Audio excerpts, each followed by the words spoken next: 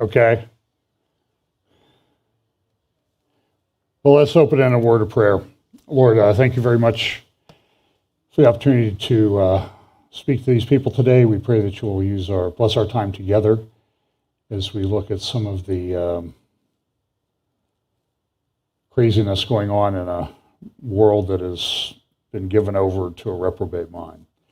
Bless us today, in Jesus' name, amen. So that's why I titled this. I was talking to a friend the other day and said maybe I should just say the world is Meshugge. That's a Yiddish term, which means crazy.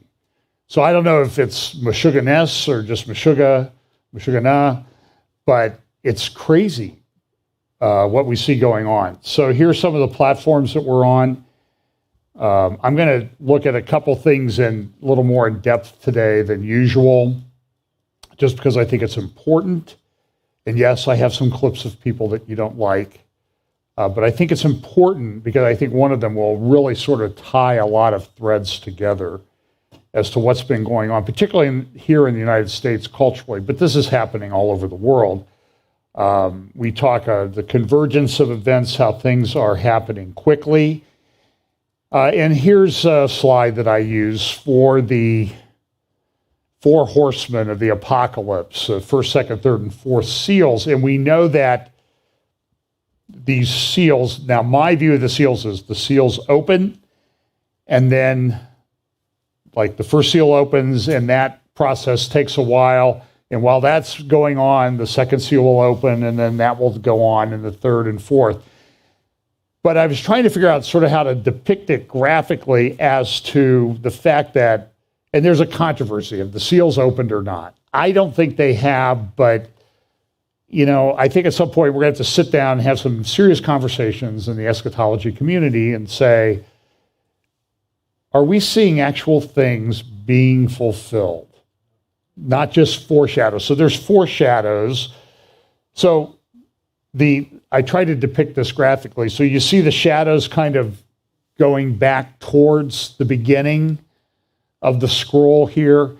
That's an indication to you that this is these seals and these other things that are going to be happening in this last period of human history are going to be casting a shadow before them.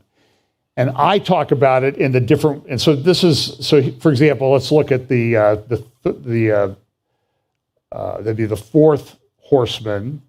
And there you see how I try to show you that his shadow is before he actually comes on the scene. And then as we get closer, the shadow will sharpen up, and then you'll be able to see that. So I hope that depicts it graphically.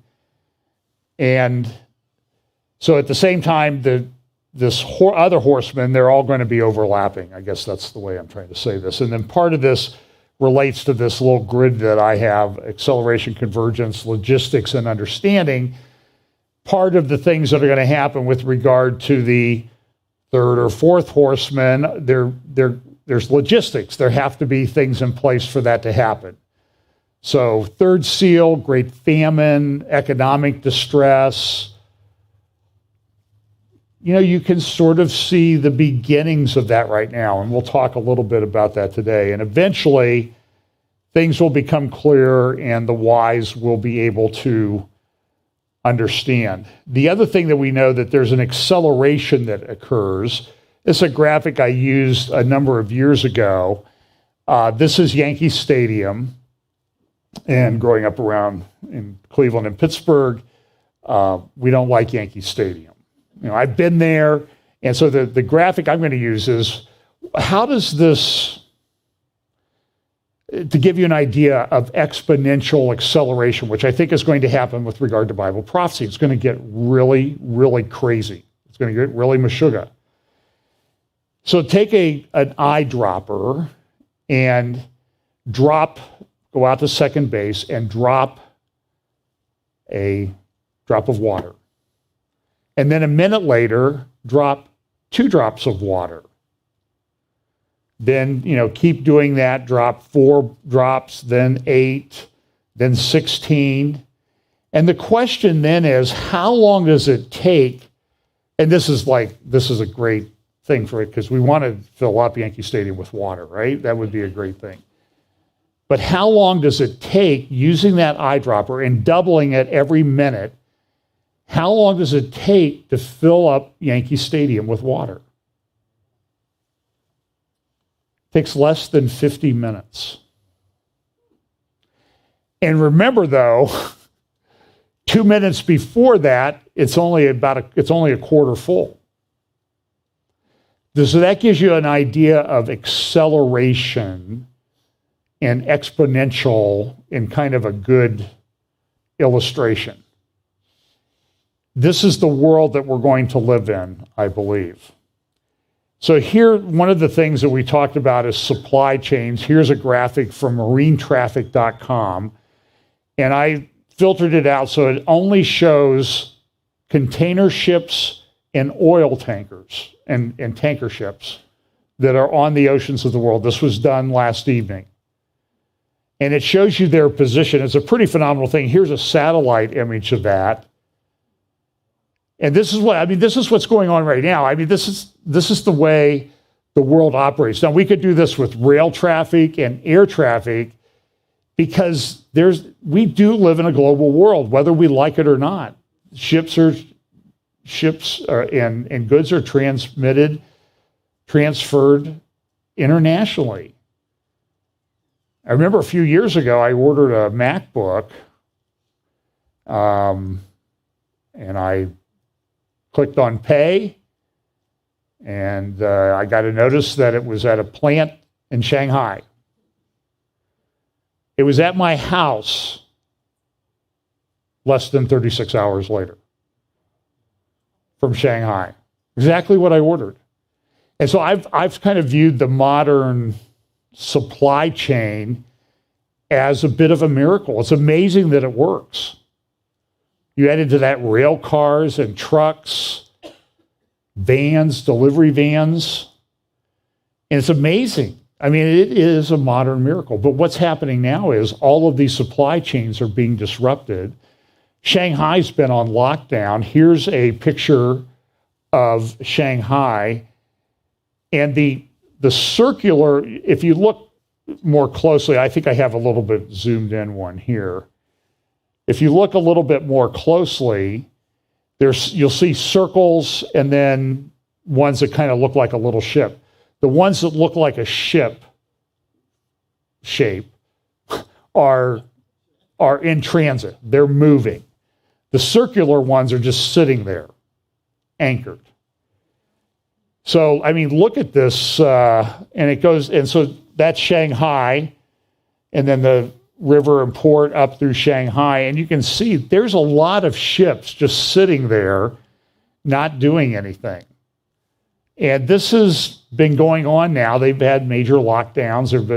There are probably 240 million people under complete total lockdown in China right now, including the entire city of Shanghai has been.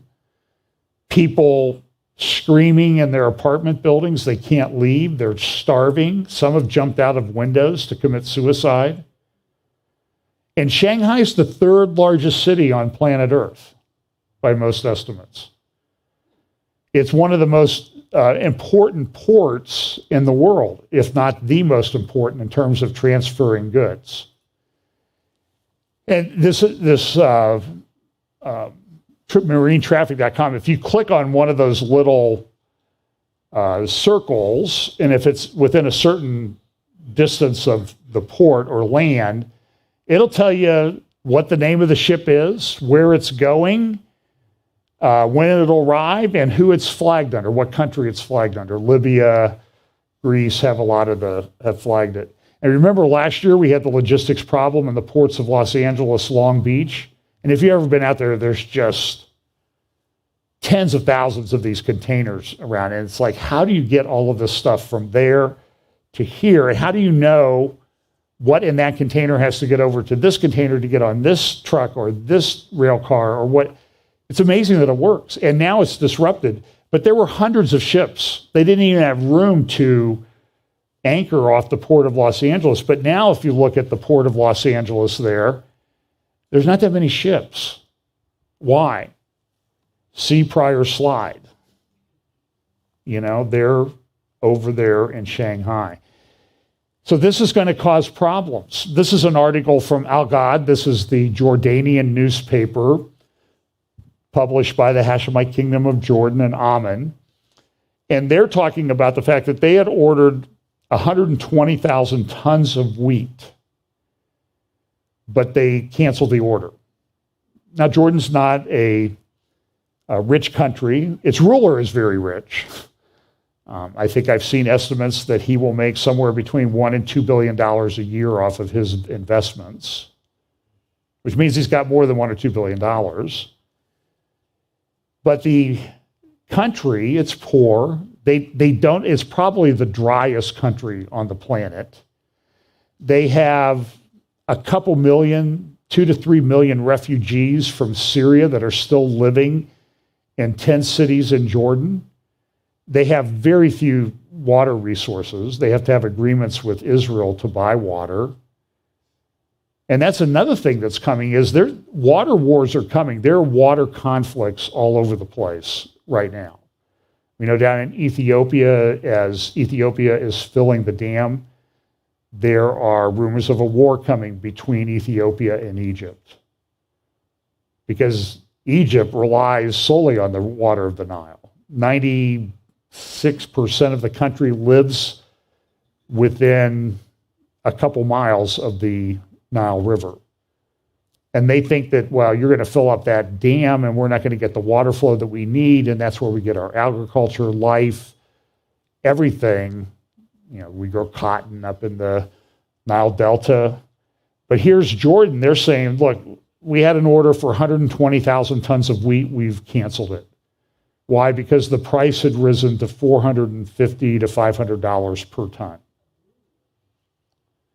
That's unusually high.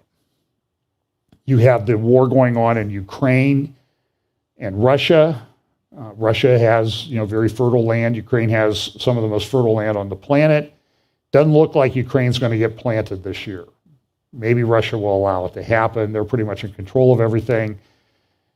But Russia and Ukraine, 30 to 40% of the wheat in the world, and way above 50% of the wheat used by all of the Middle Eastern countries.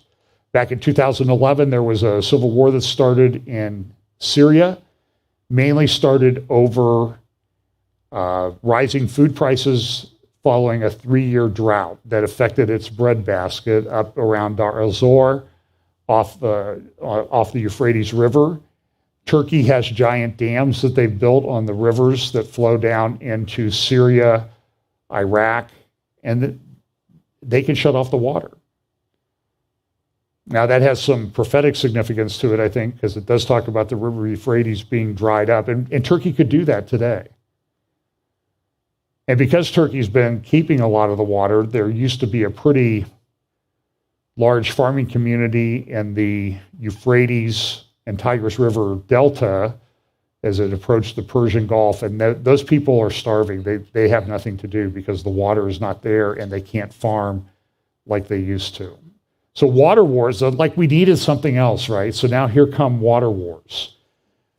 And they get a lot of, and so what happened in Syria 10 years ago, starting in 2011, March of 2011, the Syrian civil war, following a 3 to 5 year drought up in the northeast part of Syria. Imagine that, and they're thinking that this could happen to all of the countries in the Middle East. Especially when they can't grow their own, they don't have water, they have to import it, and now their supply for about 50% of their wheat, let alone some other things, comes from Russia and Ukraine, and nothing's coming out of there right now. That impacts us. People will want the wheat that we grow in the United States, and our winter wheat crop was pathetic this year. Texas is a big winter wheat producer. And I believe I saw a statistic that it was somewhere around 7, 8, 9% of normal. So it truly is this convergence of all of this bad news at the same time.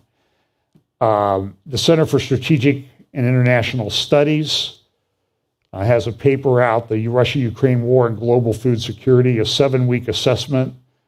and the way forward. It says it presents never before seen consequences for global agriculture, food security.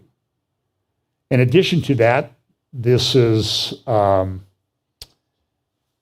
the Epoch Times yesterday or Friday, World Bank chief warns that Russia-Ukraine conflict could trigger a food crisis, a world food crisis. And this comes a lot, as I mentioned earlier, from the Shanghai lockdowns that, and it's putting brakes on China's growth. China's economy is in bad shape. They've always kind of hid their national debt. It's probably a higher percentage than, it probably approaches or exceeds what Japan has. Their major real estate company, Evergrande, has had major problems. They've kind of papered that over. And some people think that these lockdowns are not just for the Charlie Vector situation, but they are also because Xi is trying to be appointed president for life, and there's some opposition, so he's tamping down that opposition in major population centers in China. And again, it's like everything else in the world today. Sometimes there's plenty of information out there, but sometimes it's hard to get accurate information from these countries that are closed. And sometimes what you're getting is pure propaganda. And we know that's going on both sides of this thing in Russia and Ukraine. And then here's a article that says tech firms are ripping apart new washing machines for their computer chips. We had an appliance go out at our house. It probably could have been repaired. It needed a motherboard. It was a refrigerator a few months ago. And we called the repair guy, and he says, yeah, it's probably a motherboard. If it was he said, if you want a refrigerator anytime soon, go buy one if you can find it. And we were able to find one and buy it, thank heaven. But he said that there were 2,000? I think it was 2,000 people ahead of us in line waiting for that motherboard. And that particular brand that's just one brand of one refrigerator for one company, let alone all these other things. And everything runs on a chip now. We have a washing machine with a chip in it. And it seems like I just walk by it and it lights up and starts beeping at me, torturing me. And as this article says, global shortages are turning the economy upside down. But everything's going great here in the United States. Well, not quite. There have been about 16 in the last month, 16 major food or distribution facilities have had fires. Have you been hearing about this? Tucker Carlson talked about it last night. And what's the old saying? There are no conspiracies, but there are no coincidences. This is a Walmart distribution facility that employed several thousand people in Plainfield, Indiana, on the west suburbs of Indianapolis. It caught fire about a month ago. It burned, and I know this, my brother-in-law who passed away earlier this year was a commander in the Indianapolis Fire Department, so he would talk about fires, and he would have loved this one because it was a biggie. It took 76 hours to put the fire out. I don't know if they know the cause yet, but they're having job fairs for all the warehouse employees. Why? Because they're not building this thing overnight. You know, it takes time to build a warehouse. It's going to take at least a year. I mean, that Amazon thing they built out there in New Albany, it took at least, I think I was out there a year ago and there was nothing. Now it's like the biggest warehouse it was. To give you some idea of this size, this is 1.2 million square feet, this warehouse that was destroyed. That's the size of Polaris Mall. Pretty big. Here's another picture of the fire. Here's another one. Like I said, it burned for 76 hours. Now that's one of 16. Here's another one. This is Salinas, California food plant. This happened about 10 days ago. Firefighters, the article, the news said, firefighters contained a massive blaze at a Central California food processing plant that prompted authorities to tell thousands of nearby residents to evacuate Thursday, and to order tens of thousands more to stay inside their homes. The start of fire Wednesday night at Taylor Farms packaged salad plant. Thank goodness it wasn't cookies, right, or something. Got to look for the silver lining, right? The flames were put under control by late Thursday morning, but the shelter-in-place and evacuation orders remained while the hazardous materials crew worked the scene. And then here's a picture of what's left. And Salinas is a big food processing plant. It's along near the Central Valley. There's a valley there for Salinas, and Central Valley is over the mountain, but it's a big deal. And then if that wasn't enough, what are the odds of this? This is a General Mills food processing plant down around Atlanta, and a plane crashed into it Friday. Like, we needed that, right? I think the pilot and passenger died. And everybody says, well, it's just a coincidence. But on April 20th, the FBI had released this private industry notification about cyber attacks on agricultural cooperatives, potentially timed to critical seasons. Now, does this have anything to do with the fires they've seen in these facilities? I don't know. There's a number of potatoes. A potato chip place got hit by someplace, and it's changing. Here's some picture. This is out of Peru from the Financial Times. They're having protests, protests down there, and Peru is a place where we get a lot of fruits and vegetables in America from. Now, there was a decision earlier this week that struck down, thank heaven, a mask mandate for travelers. And I'm sure you saw all the videos of people cheering on planes.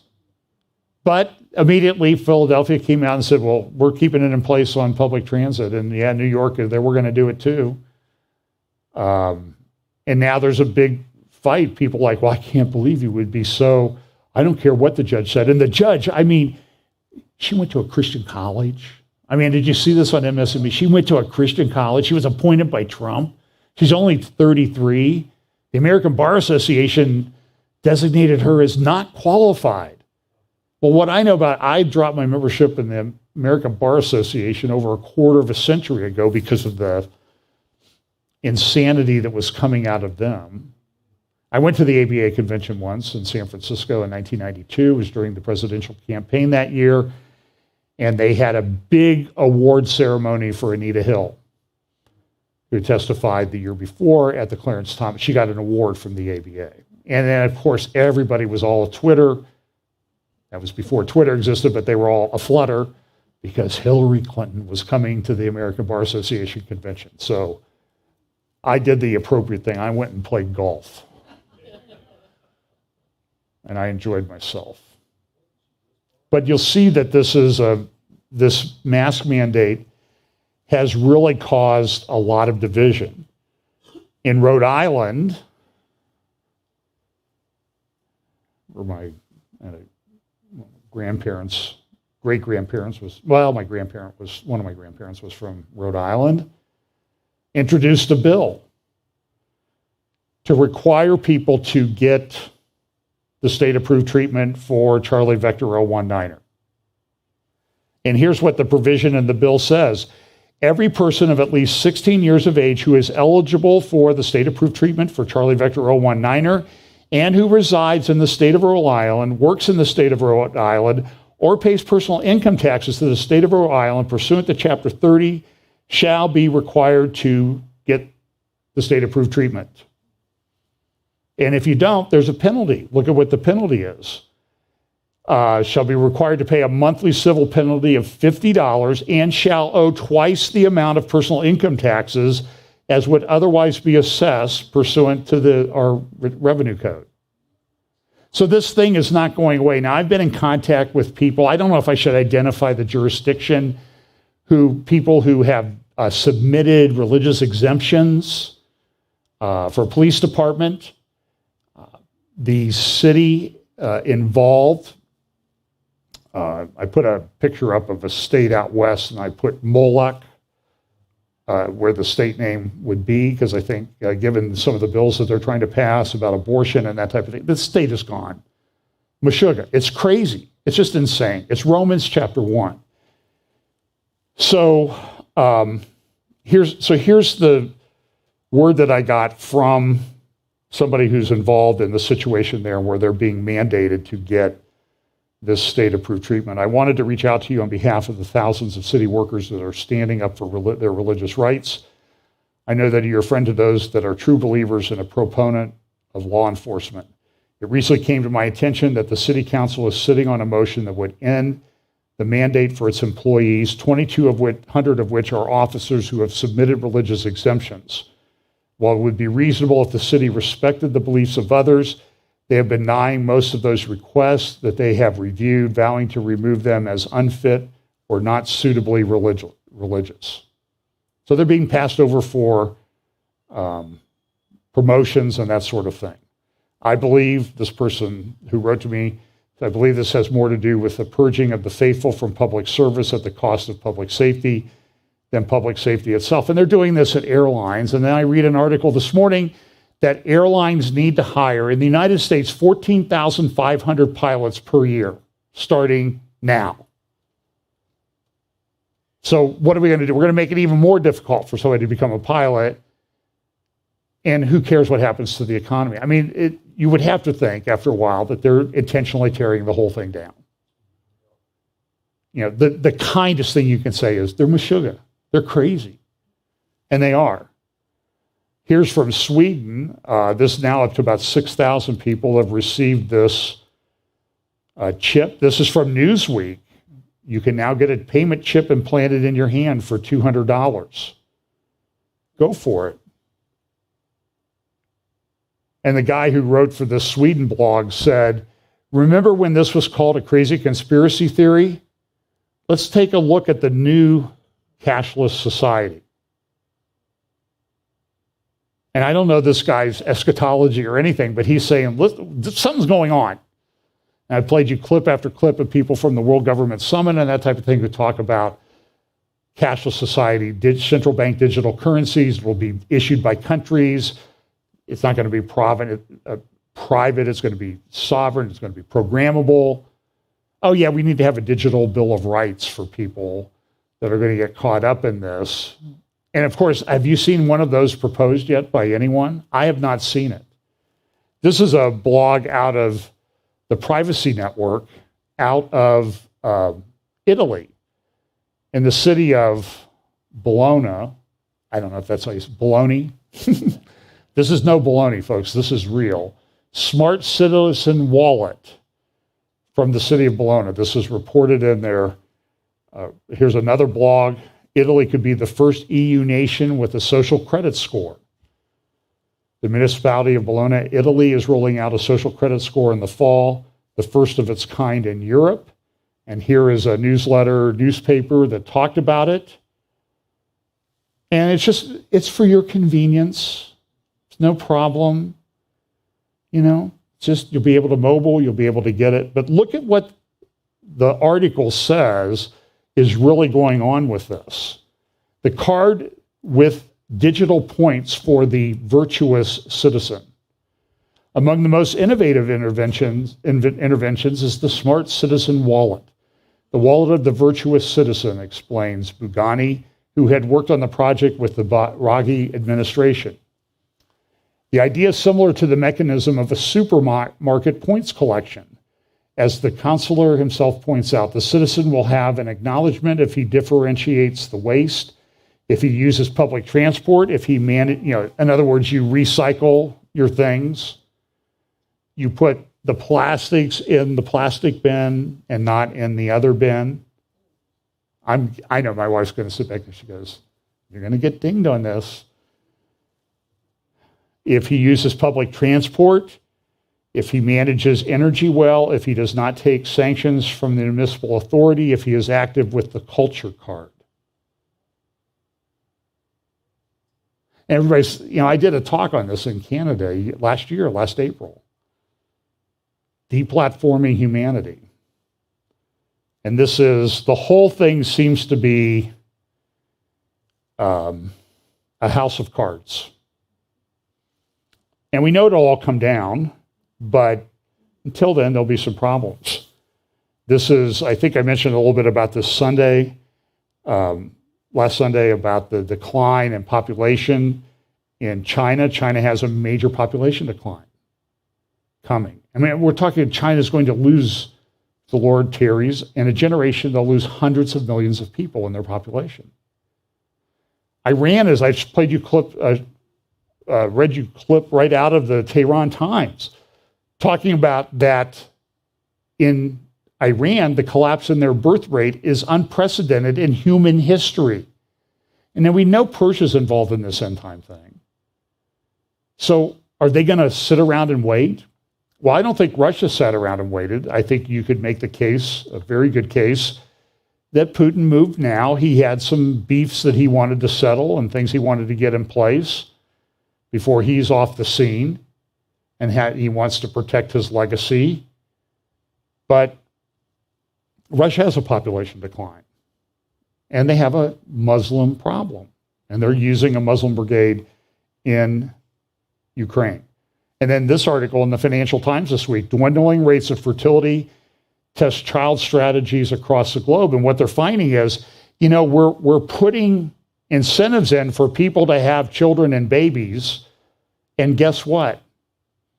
They're not working. Now, part of it may be that people are looking around and thinking like, the world's kind of miserable right now. I don't think I want to bring a kid into this world. That would be a rational decision, but it has major economic consequences. And then you layer that on top of all the geopolitical things that are going on, and you have sort of the perfect storm for things that we talk about coming about in the end times to happen. Now, maybe they won't happen for a while. I'm just saying that there's certainly a convergence of all of these things. This is Germany, Financial Times. Germany braces itself for Russian gas ban. Immediate Russian gas ban would cost Germany 165 billion euros immediately. Well, that's troubling. And the people in Germany know this. So Germany's not going along, they're not going along with the EU or NATO on any of this stuff. They're resisting the return to nuclear. They got rid of all their nuclear power plants, and they won't recommission them because, climate change. But I don't think nuclear power plants, they put out steam. I don't think they put out much in the way of carbon dioxide. The whole thing is just insanity. The Fed, the US dollar is kind of bouncing around. Who knows what's going to happen? Fed's hawkish tone feeds market anxiety over runaway inflation. It's not the Fed talking about it. It's people going to the store and seeing how much things are costing. Have you noticed the prices are up? Yeah. Well, just wait.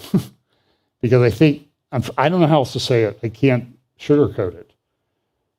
U.S. inflation reaches a 40-year high as food, energy, and food prices soar. At the same time, they're putting all this effort into the metaverse. Meta is building an artificial intelligence building out there in New Albany.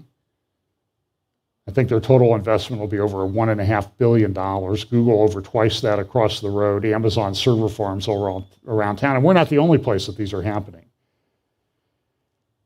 And this is an article from law.com where lawyers are forming practice groups about selling pieces of the metaverse off. And how do you engage in these transactions to buy a piece of the digital real estate that's going to be involved? Lawyers aren't doing this because they're doing it to make money. So there are metaverse practice groups springing up, just like there are ESG, environment, social, and governance practice groups to advise corporations. There are diversity, equity, inclusion. There are climate change groups. And people are engaged, a lot of companies are engaged in what's called greenwashing. They take their stuff, they repackage it and say, look how energy efficient and green we are. And it's all a bunch of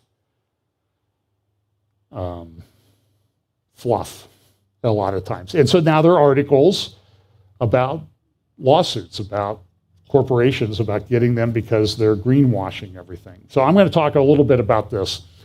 There's a group out there called Libs of TikTok. Libs of TikTok is on Twitter. They've had a bit of an issue with Twitter, but last I saw their account was still up. And what Libs of TikTok has done is they go to TikTok and they say, hey, here's what the liberals are doing. We're taking their videos off of TikTok and we're reposting them here so you can see what they really think. And they'll post a teacher talking about what she talks to her kindergartners about and that type of thing. And it's frightening. And the conclusion that a lot of people have is that these people are Meshugge. But they're involved in teaching kids, running governments, running public policy. So here's one that says, New Jersey kindergarten teacher is excited to diversify our library and read a book about a little kid cross-dressing and becoming trans to her 5-year-old students. And here's the book, My Sister Sam. And you can see the book, it's all, and there's a lot of these books out there. And this is why people say, I don't want you teaching my kids this. I'm going to raise my kid on that part. There's one parent I heard said, who had a kid at an elite Manhattan school, said, if I'm going to wake my kid up, I'm going to wake him up. You just teach him math. Teach him how to figure things. So here's another one, Sharice's Big Voice. So what happened was that in the Washington Post last Monday, Washington Post writer named Taylor Lorenz, I think she used to write for the New York Times, put up an article about the founder of Libs of TikTok, who had wanted to remain anonymous. She's appeared on news shows, always remained anonymous. So this Taylor Lorenz, she went through and identified her, sent people out to their home, sent people out to the home of relatives. Because why? Because it's a public shaming to get this person to shut up. How dare you put up a video of us saying what we believe? That's hate speech. No, that's just putting up what you believe. You put it on the internet, not me. I just broadcast it out to some more people. I thought you were all about getting views. And 2 weeks ago, Taylor Lorenz was interviewed on MSNBC because somebody had doxed her, outed her, because of some things. And this is what she does. She goes out and doxes people. So somebody did it to her, and she's on MSNBC. Oh, this is so terrible. I just wanted to be left alone and do my job. Now she's doing it to somebody else. Now, the other thing is, how did she find this person? Well, it turns out that she used this thing called the Prototype Fund, project of the Open Knowledge Foundation, Germany, funded by the Federal Ministry of Education and Research. And it turns out that she used this government-funded website, search tracker, whatever, to find out who was behind Libs of TikTok. Now, what should concern you about that? Well, the German government is doing this. Uh-oh, that doesn't sound good. So here's a Spectator, good article if you want to look it up, what at Libs of TikTok exposed. And it's just like they expose what these people believe and say and do. Stuff that they had already, it just reposted what they put on the internet. The always great Christopher Rufo has an article up at City Journal, published it on Thursday, Radical Gender Lessons for Young Children. And he's been exposing this. And what he did is he has obtained the full curriculum documents. Now, what will happen is immediately you're going to have a whole bunch of people out there saying, well, we don't teach that. Remember when the whole critical race theory came up? We don't teach that. One of the persons that came out and said that was the American Federation of Teachers president, Randy Weingarten. And she came out and said, we don't teach critical race theory. I don't know what you're talking about. Even though you could go to the American Federation of Teachers website and find out that we are supporting teachers who are being harassed or disciplined for teaching critical race theory. Well, wait a minute, you just said that nobody's teaching it. Why are you defending them then? There shouldn't be anything to defend.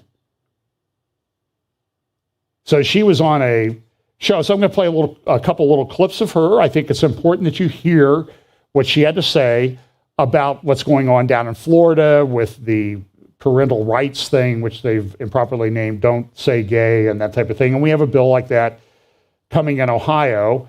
Article in the Daily Mail. This is the way in which war starts. So here's Randy Weingarten on this podcast. And instead of everybody joining together in America to get us out of the effects of the pandemic, to, get jobs back and infrastructure built and not only schools reopened, but really kids recovering. Instead of doing that, these right-wing ideologues are just trying to create fear and anxiety and anger, exploiting the fear that parents already have in order to win elections and end public education as we know it. It's unconscionable because they're using politics, creating intense, long-term, harmful, cruel. Well, yeah, it's just, they're using politics. We would never do that on the left. How dare they? It's just, so what's the rule of thumb? They will always accuse you of what they do. And we're divided, let me tell you. So here's she, a little bit more of what she said in that podcast the other day. This notion, and look, we've been very lucky in America, and we in some ways live in a bubble for a long time. This is propaganda. Yep. This is misinformation. This is the way in which wars start. This is the way in which hatred starts. So part of what we try to do, this is why they go after educators. What we're trying to do is make sure that, we educate kids, we keep them safe, we keep them welcome, and we help them learn how to think. Not what to think, but how to think, and have the tools so they can discern between fact and fiction. That scares the bejesus out of these extremists who don't want kids to know how to think. So I can pretty much say without reservation, everything she said is a big fat lie. She's trying to indoctrinate kids. This is the whole purpose of why she exists. So look, when you have these claims of misinformation, disinformation, everything, it's always good to get the voice of reason, right? The person who really understands how important it is to only be talking about right information. So at Stanford University this week, this man stepped forward to explain to us about disinformation because he hates disinformation. He would never engage in that. And here is former President Barack Obama. Now, the good news is that almost all the big tech platforms now acknowledge some responsibility for content on their platforms, and they're investing in large teams of people to monitor it. Given the sheer volume of content, this strategy can feel like a game of whack-a-mole. Still, in talking to people at these companies, I believe they are sincere in trying to limit content that engages in hate speech, encourages violence, or poses a threat to public safety. They genuinely are concerned about it. They want to do something about it. But while content moderation can limit the distribution of clearly dangerous content, it doesn't go far enough. Users who want to spread disinformation have become experts at pushing right up to the line of what at least published company policies allow.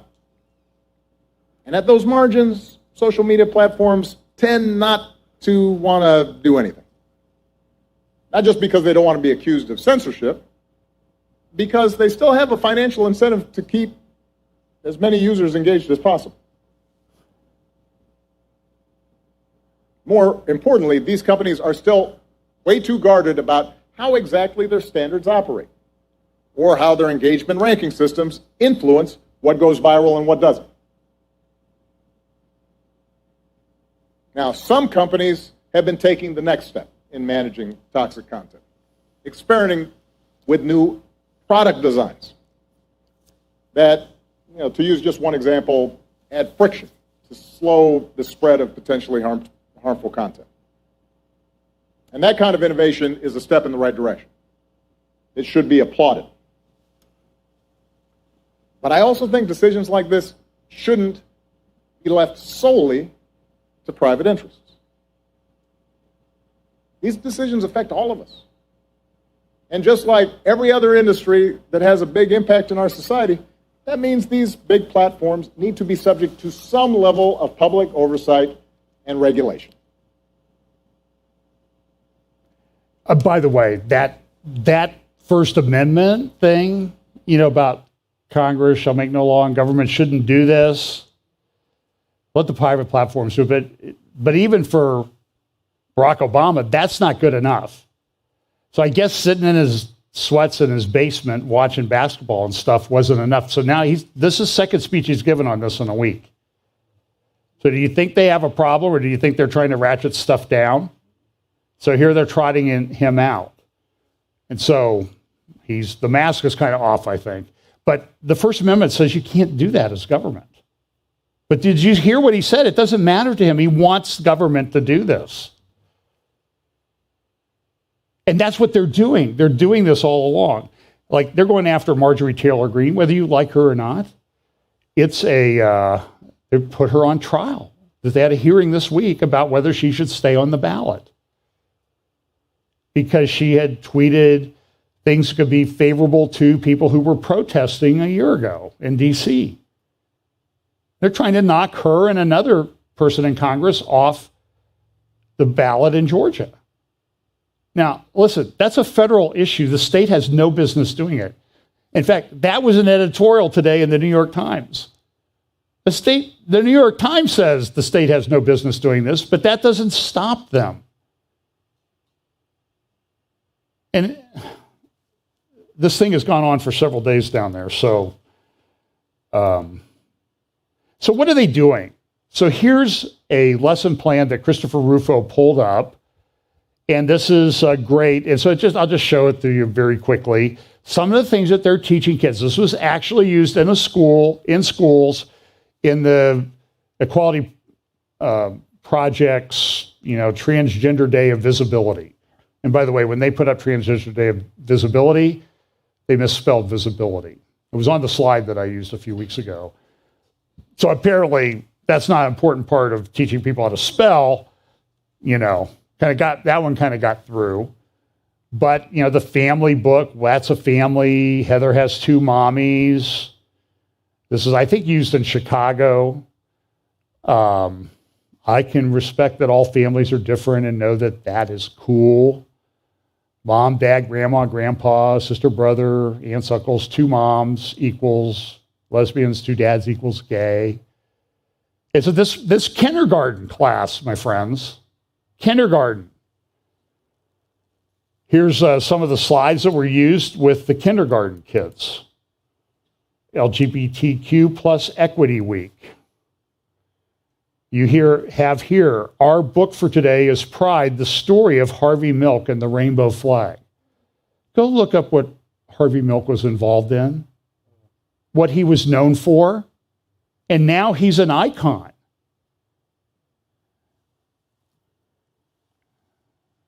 If you have two daddies, we can say they are gay. That means the two men who love each other. If you have two mommies, they can be called lesbians, and it goes on. So this is kindergarten. If you have a mom and dad, they call them straight. And so do you see what is being done here? And so if you were having these conversations with a child and you're not the parent, you might be called, it would rhyme with zooming. And it fits the definition. And I think I heard Glenn Beck or somebody the other day said, I don't know what else to call them.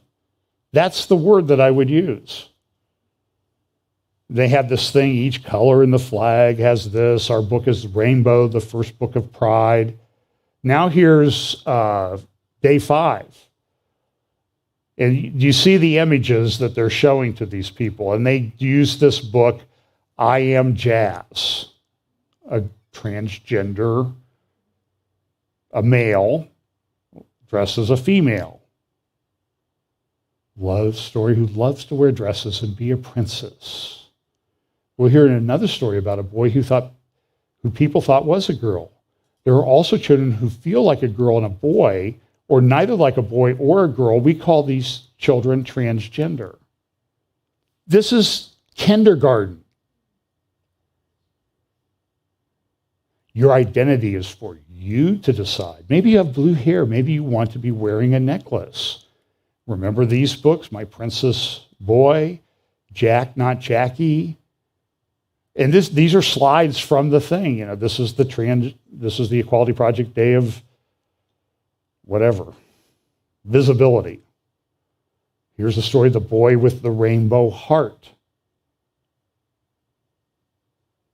And here's first grade pronouns, LGBTQ plus equity week, they, she, he, they, easy as ABC. And so you can see all these things that what they're doing. Why are some words purple? What is the author trying to show us? What is a pronoun? Which pronouns do you like to be called? Some pronouns are pronouns that girls like to be called. Some pronouns are ones that boys like to be called. Some pronouns are gender neutral. They are for all genders. Using they, them pronouns. They drop their pencil. One person is not they.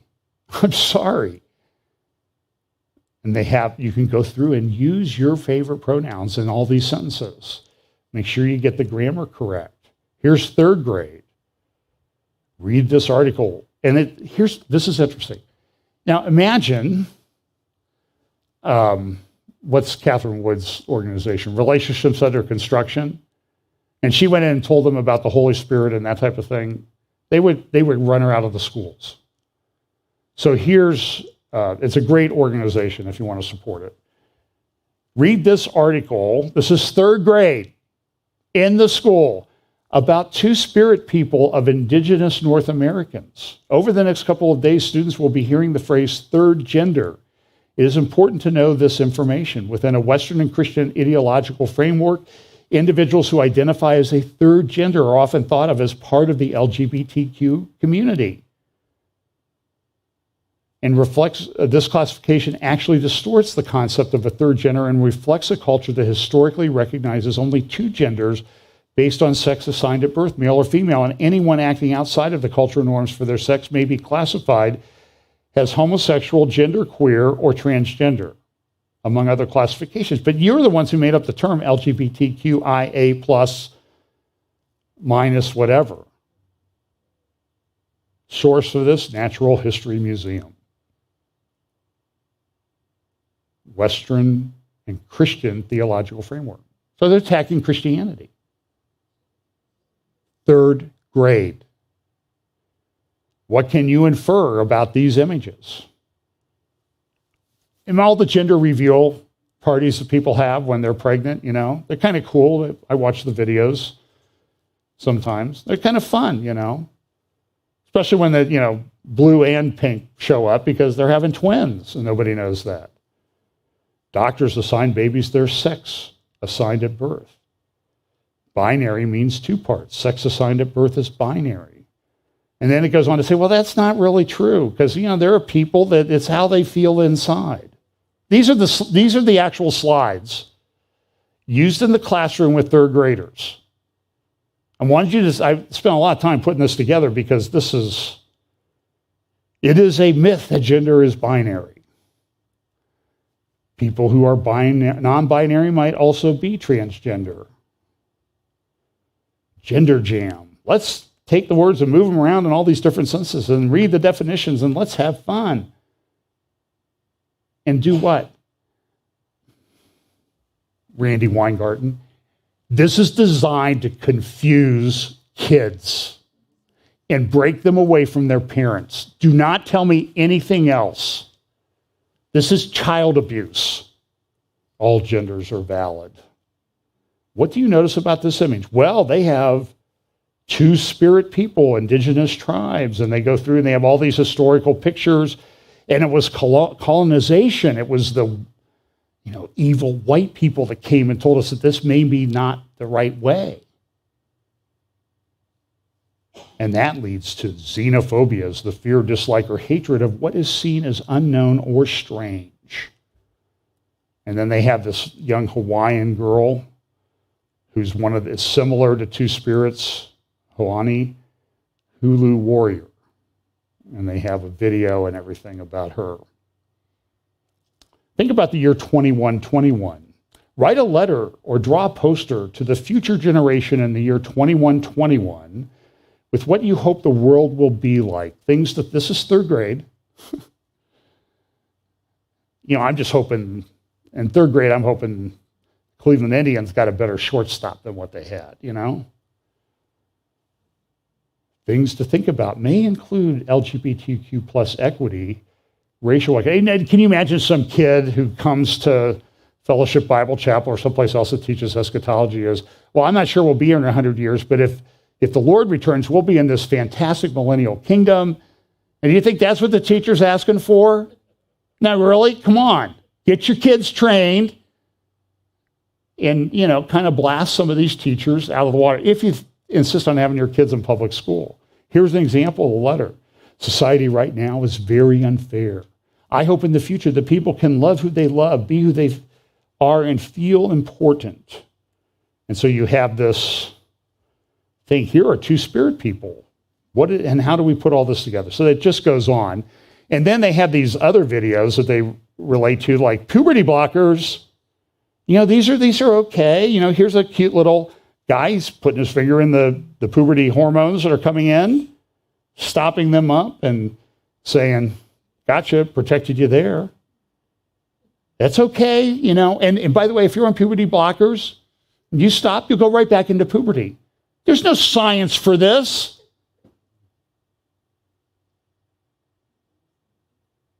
It's all a big fat lie, but I want you to see, this is a 3-minute clip. It will be painful, but I want you to hear what she has to say in a podcast this week about the things that were important to her and what bothers her. In the midst of economy crashing and the Putin-caused inflation and everything, Press Secretary Jen Psaki, now you need to listen to this because she's going to tie the threads together, because I've contended 2015, Supreme Court came out and said what? Same-sex marriage is okay. And what was the question we asked here? And we showed the White House meetings and the White House in red, white, and blue. What's next? Well, you have somebody here who gave it wrapped up in a nice little package. Let's talk about some of these anti-LGBTQIA and trans bills that are moving through state houses now. You were in the Obama administration when the court legalized same-sex marriage, and I remember that day that the White House was rainbow-colored. And now we're at this place where there's basically a backlash. I'm curious, from where you sit, how do you make sense of what's happening? Is this sort of a predictable backlash to change, or is this an organized political attempt to create a wedge issue ahead of the midterms in the 2024 campaign, sort of like the way gay marriage was weaponized in 2004? Ding, ding, ding. I can't talk. I have to be careful about Obama said he was against it, remember? The Hatch Act police that are waiting outside in the bushes somewhere. But what I will say is that, one, the day that gay marriage was affirmed by the Supreme Court was my favorite day in the White House under President Obama. I was 8 months pregnant, so I was also kind of emotional, and I don't know. But what I will say is the political games and harsh and cruel attempts at laws that we're seeing in some states like Florida, that is not a reflection of the country moving to oppose LGBTQ plus communities. That is not what we see in data. That is not factual. And that is not where things stand. This is a political wedge issue and an attempt to win a culture war. And they're doing that in a way that is harsh and cruel to a community of kids, especially. I'm like going to get I'm going to get emotional about this issue because it's horrible. But but it's like kids who are bullied, and like all these leaders are taking steps to hurt them and hurt their lives and hurt their families. And you look at some of these laws in these states, and it is going after parents who are in loving relationships, who have kids. It's completely outrageous. Sorry, this is an issue that makes me completely crazy, but it is an issue that is a political wedge issue. It is not a reflection of where the country is. And what people should understand, and what we're talking about here in Florida, for example, okay, I'm going to pull my stuff together now, is that, families, if you have a kid in a classroom, and I have a kindergartner, right? I can imagine her saying, my friend has 2 moms, my friend has 2 dads. And the teacher in her classroom, I would hope, would say, that's wonderful. They're loving parents, and you have a mom and a dad. This is penalizing teachers and educators. Okay, enough of that. Listen, that's misinformation. That's that's malinformation. I'll stipulate to that. And the reason why it comes up where your kid goes to kindergarten is because you live in a moral cesspool.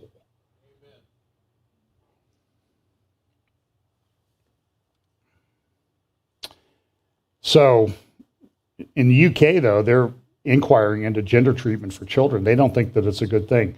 I'm going to just play a little bit of a clip on Tucker Carlson. In New Jersey, they're putting men in women's prisons. Here's a discussion on it. And now there's 2 women prisoners who are pregnant. Well, I think they got pregnant because somebody had sperm. I won't go into the details, but here's a little discussion on Tucker Carlson about this. Women's prison in New Jersey have just become pregnant. You wonder how that happened. Well, it turns out those women had sexual encounters with another inmate who was a biological man passing as a woman.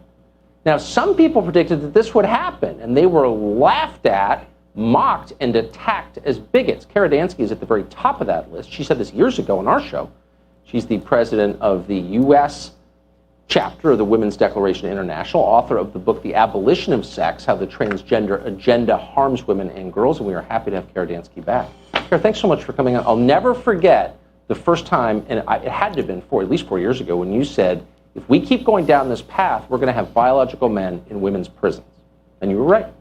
Absolutely. Thank you so much for having me. Though the story that's happening in New Jersey is obviously horrible for so many reasons. We need to not have men being housed in women's prisons. But a couple takeaways from this that I just want to point out are, first of all, the state is not getting away with this by telling its residents that they are housing men in women's prisons. What they are doing, of course, is telling the residents that they are housing so-called transgender women or trans women in women's prisons, suggesting that there is some sort of subcategory of women that is called transgender women or trans women, and it's not true. The fact of this story shoots a hole right through the trope that trans women are women.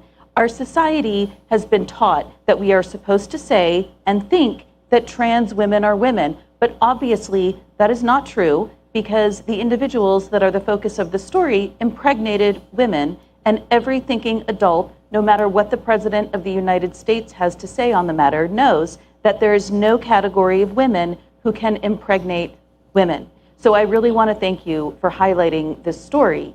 And I also just want to point out.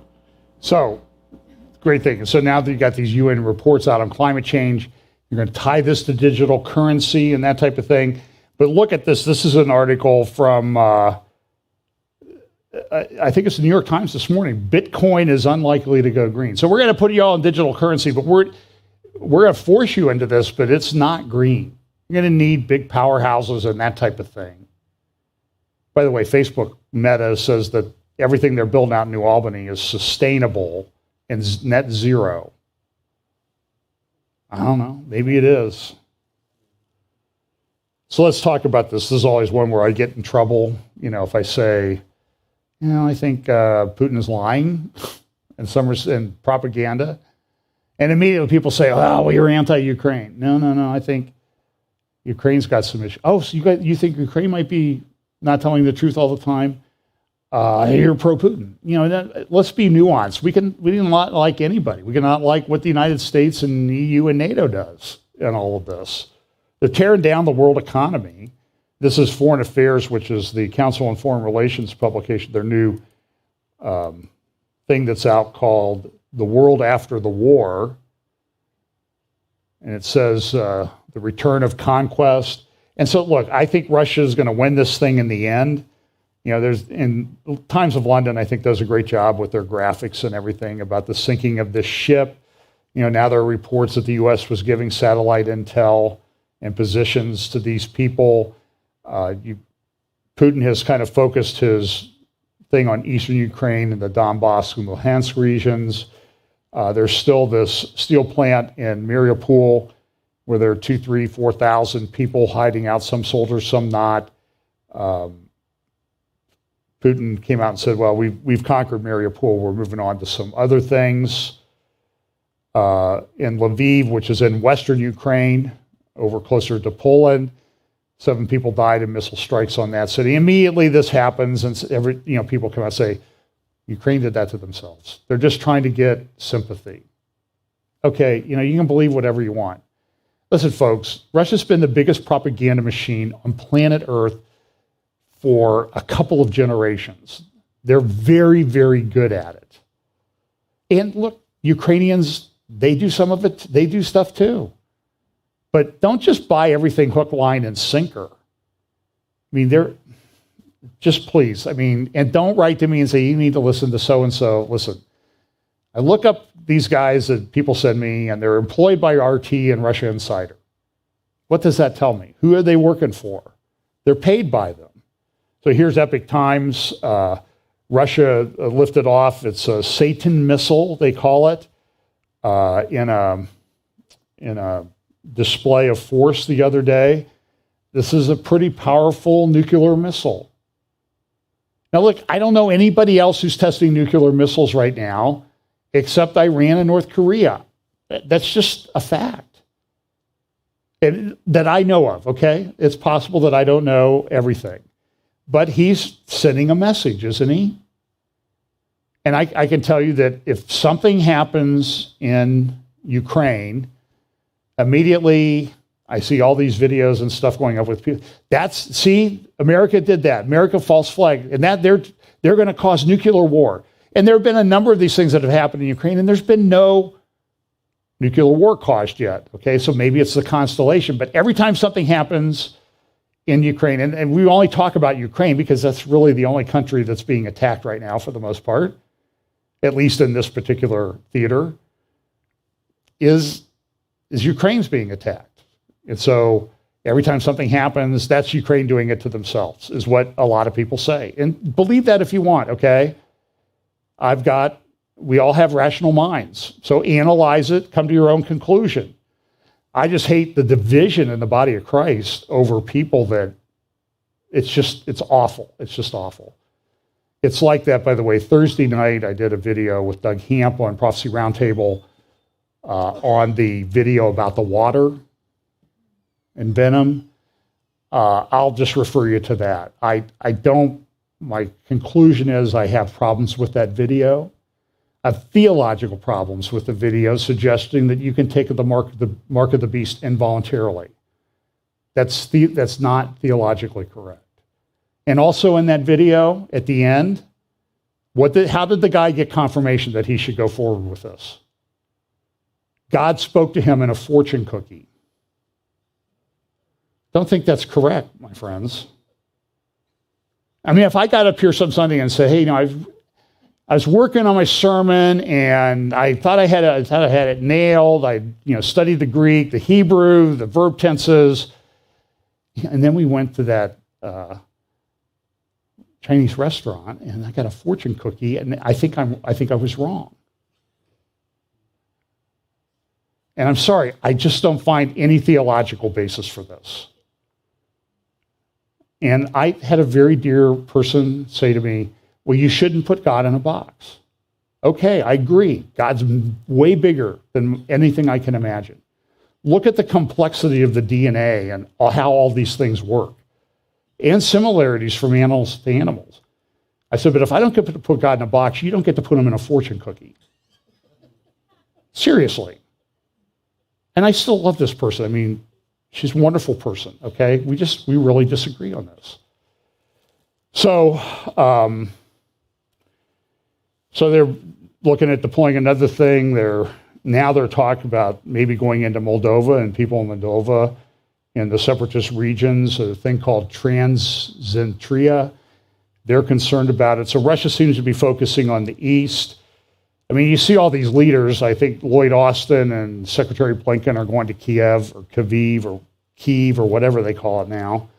There's always Kiev when I was growing up. People are talking about war crimes, and you see all these pictures of graves, mass graves in Mariupol. A lot of people have died. I mean, this is Mariupol. Here's a report. This is out of the Australian newspapers this morning. Someone sent to me. Hundreds of Ethiopian men are lining up to join Russia's fight in Ukraine because they like Russia. Commentary in the Times of London. Putin could nuke Ukraine and get away with it. Who's going to fight him? He's got the most powerful nuclear arsenal on the planet. It's not to be trivialized with. Here's what the Germans said. This is always kind of interesting because, some theory is that Europe's going to rise and be the final beast empire. And that may work out that way. But this is where my logistics ideas come in. Germany says, we couldn't defend ourselves if we sent any weapons to Ukraine. They have like 50 tanks. And they're going to say, well, America, you'll pay for it. So Boris Johnson says, I'll send in our tanks. And then the New York Times, I think it was yesterday, this AI company say, hey, look at our ship. And Russia, this is from one of the Russian newspapers, Russia's turning east. Interesting New York Times editorial this morning. This is the New York Times, okay? So we know that a lot of lies in the New York Times. There's some truth in there if you dig around. Interesting editorial this morning, acknowledging the limits of sanctions. You see how Putin's breaking free of the sanctions?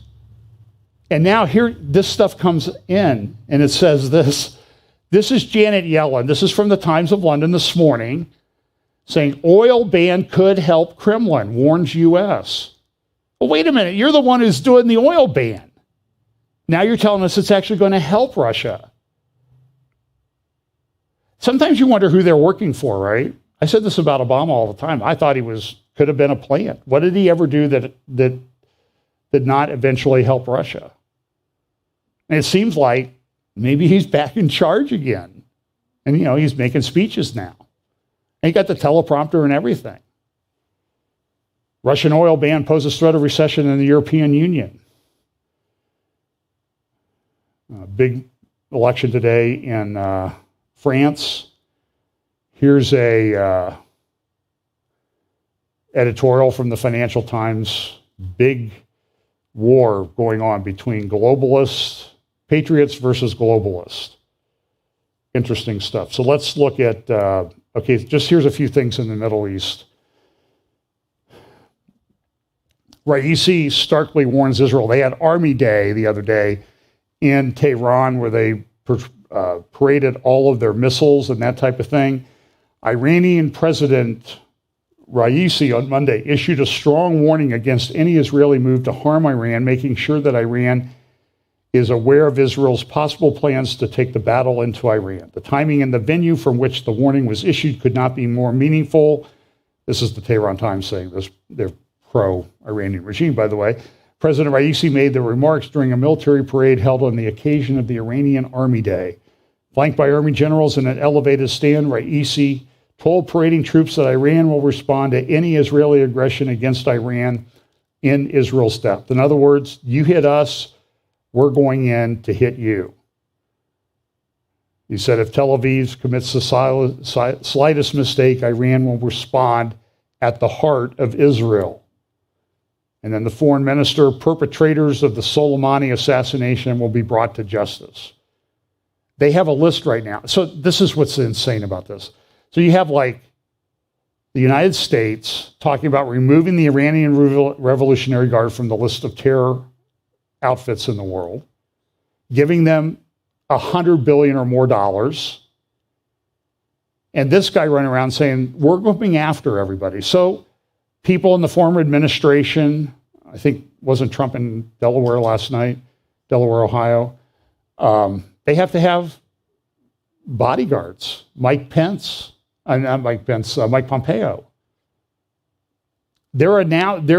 Iran said they have 127 people on our list we're coming after. So we're going to take them off the list.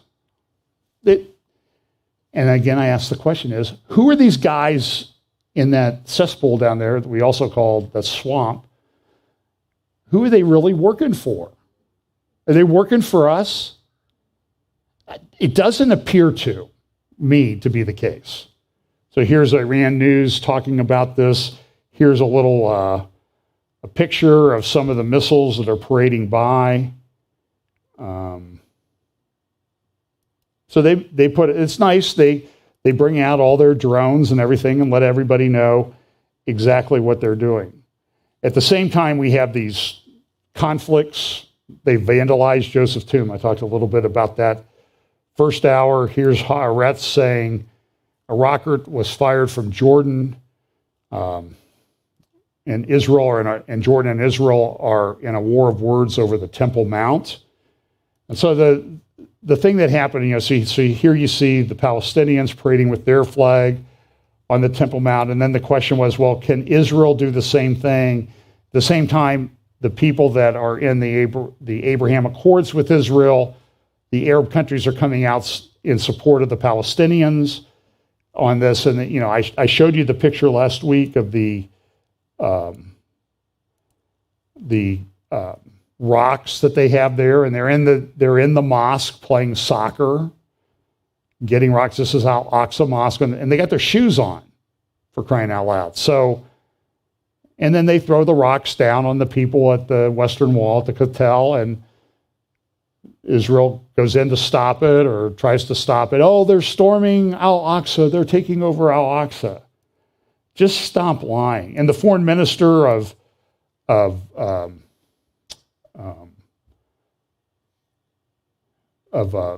Jordan is out there. He's just saying some horrible things.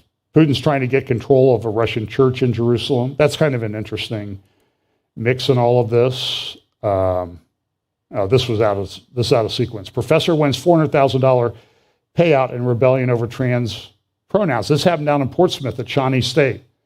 Professor got fired because he wouldn't recognize somebody's chosen pronouns. Shawnee State's paying him $400,000. Good. I just hope it's probably with our tax dollars, but. So here it is. His Eminence, the Chief Justice Sheikh Abdul Hafiz al-Rabta, condemned the serious and continuing violations and crimes committed by the occupation forces against the Palestinian people and worshipers in the blessed Al-Aqsa Mosque. In a press statement, the Chief Justice affirmed that attempts to change the current situation in the blessed Al-Aqsa Mosque are a condemned violation, calling for a halt to all illegal and provocative measures that push towards further aggravation. What the occupation is doing in Al-Aqsa Mosque and Al-Quds al-Sharif is a blatant and dangerous attack on one of the most important sanctities of Muslims, and this series of repeated attacks reveals its plan towards Al-Aqsa Mosque, et cetera, et cetera. It's anytime, a Jewish person went up there, a Jewish foreign minister went to the Temple Mount. I mean, it's just in everything, and people are dying. The situation is pretty stark and out of control. But look, so these are the pictures of, so I guess they shut down the Temple Mount and nobody could go up there to worship, right? These are pictures. This is by the way, this is from Al-Quds newspaper, which is the Palestinian mouthpiece newspaper published in East Jerusalem. So these were taken the other day. And you see the t-shirt that you can buy there? That's a peaceful t-shirt, right? Here they are on the Temple Mount. If I got up there on that arch, the world would come to an end. So, they barely can get up there. They put so many restrictions on people. They can only get a few people up there to worship. Israel wanted to have a parade of flags. They had one when we were in Jerusalem 5 years ago. Wonderful time. It was glorious. It really was. And so they're stopping them from going. They're going to march around the old city. Here are terror tunnels up in Gaza Strip. Here is, I guess this is somebody storming the, I guess nobody is storming. Well, they were thinking about it.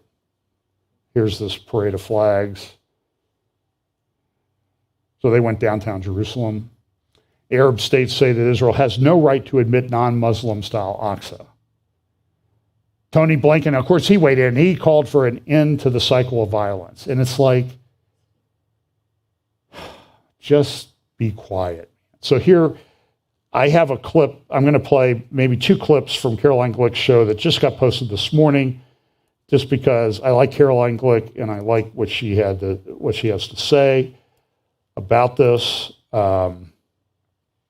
This is from Iranian news service. Zionist media outlets mentioned that Hezbollah has deployed elite forces on border with the occupied Palestinian territories after they have gained years of combat experience in Syria. This comes from up in Lebanon. The Israeli media indicated that Hezbollah has improved its defensive capabilities and augmented its firepower set to be used against, quote, Israel. Transgender Israel, scare quotes, considering that the deployment of Hezbollah al-Rudawan elite forces on the borders is the major change on that front. And they're putting forces up there. So here's Caroline. She had a conversation with David Friedman, the former ambassador to Israel from the United States, and the man behind the Abraham Accords. And I'm not a big fan of those, mainly because of the treachery that you see coming out about people who are saying, Israel, you cannot do this and that. You can't do things that are common sense. Before I do that, there is one other article here that you should. This comes from... This is from Jerusalem Post. When will Saudi-Israeli ties go public?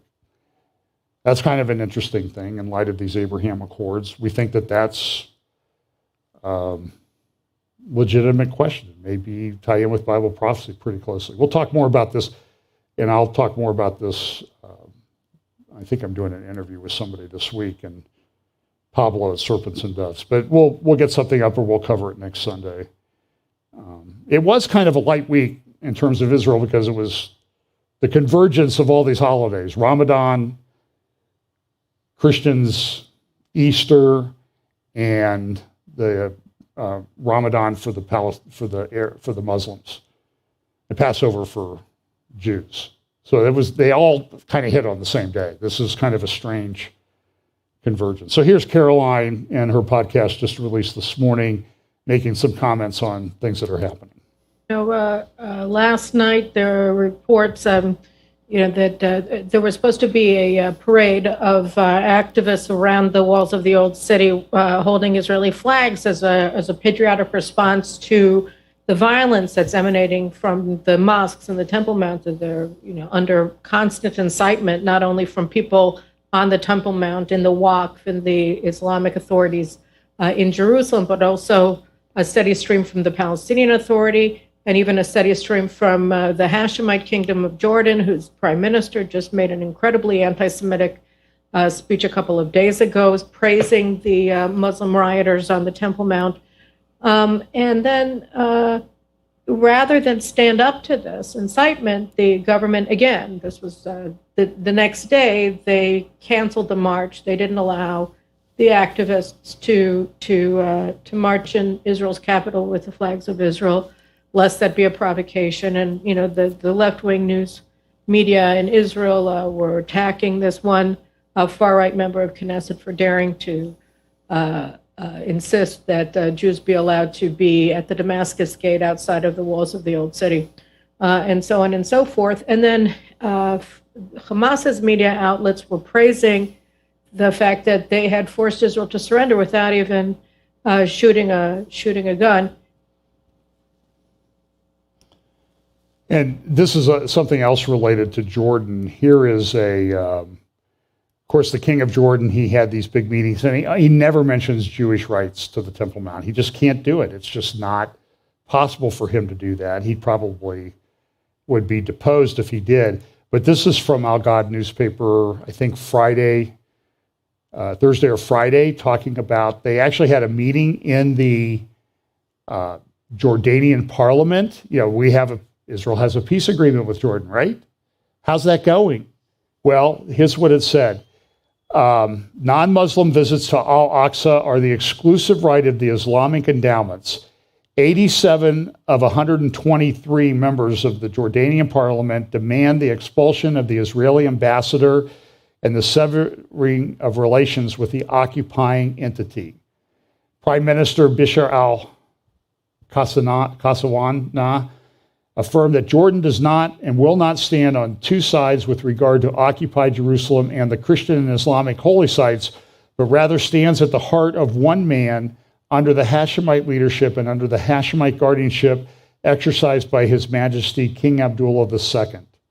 This came during the parliament session yesterday, during which the current events and occupied Jerusalem and the Blessed Al-Aqsa Mosque overshadowed its events, as the deputies listened to a speech from the Prime Minister, the Minister of Foreign Affairs, and some others. The representatives adopted a memorandum signed by 87 members of parliament calling for the expulsion of the Zionist ambassador from Amman and the summoning of the Jordanian ambassador from Tel Aviv in protest against the attacks and desecration of the sanctity of the Al-Aqsa Mosque. You know the sanctity of the Al-Aqsa Mosque? This Al-Aqsa Mosque that no Jewish person has entered, to my knowledge. Maybe they did when they were trying to get the rebellion queued down. So here's another little quick clip from Caroline.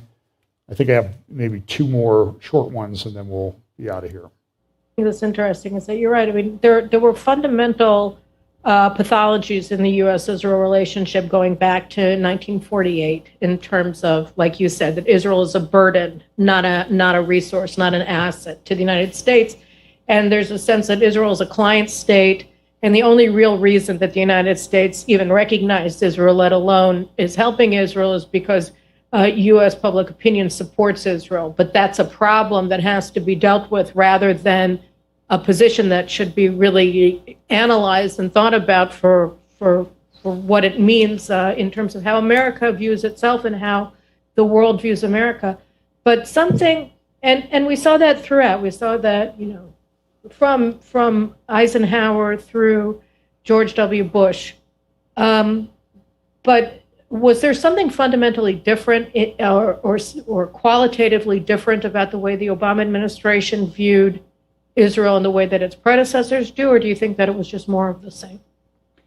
I think Obama was worse, and I think he took the next step that we had always hoped that no president would take, which was to view the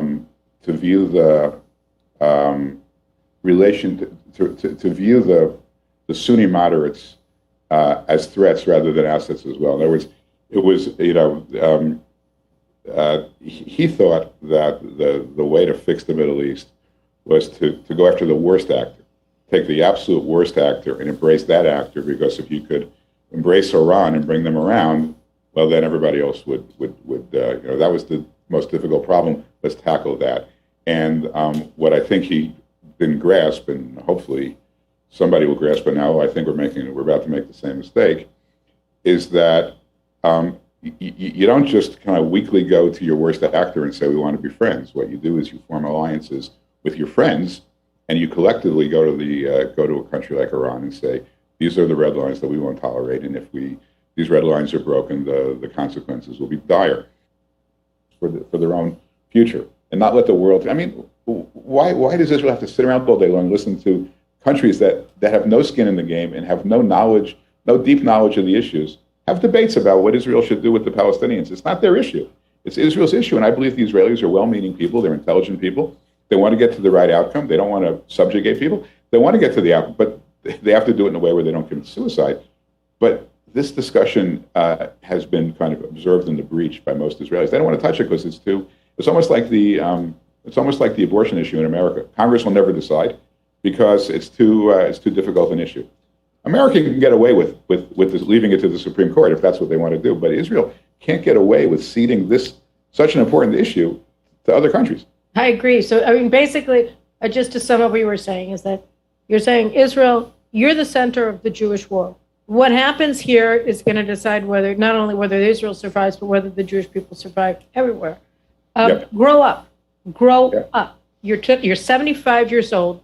Be a grown-up here And you know, it's so funny because when you think about all of the gifts that the Trump administration gave Israel, and I think, you know, you've made the point, and you proved in your actions that it not only helped Israel, they weren't only gifts to Israel, but they all advanced in a very, very significant way. The U.S.'s strategic standing, its posture, its national security in the Middle East and really around the world. So it was to the mutual benefit of both countries. But you guys went from the consensus, you went from Jerusalem, moving the embassy, you moved on. I don't remember what you did next, but you recognized Israel's sovereignty over the Golan Heights, which, at least as far as Israel is concerned, is a consensus issue. I mean, and it hasn't really been discussed as something that Israel is supposed to, you know, cough up for peace with the Assads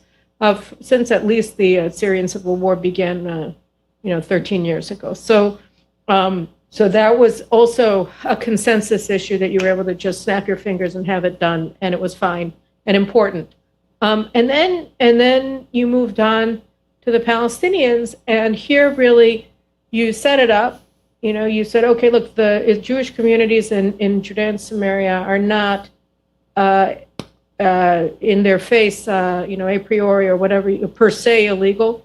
Just like anywhere else, there may be places that aren't proper, but they're not illegal. And that was important. And then you move. So you're saying to Israel, look, here are training wheels. Here, we're doing this. We're doing this. Now we're getting to the hardest issue for you. What do you want? Who do you want to be when you grow up? And it's interesting. She talks about, we're told in the Torah, teach your children all these things. And this is Holy Week in Israel for that. So look, this is all prophesied that this heart of Israel, the heart of this dispute will be the Temple Mount and the city of Jerusalem and the nation of Israel.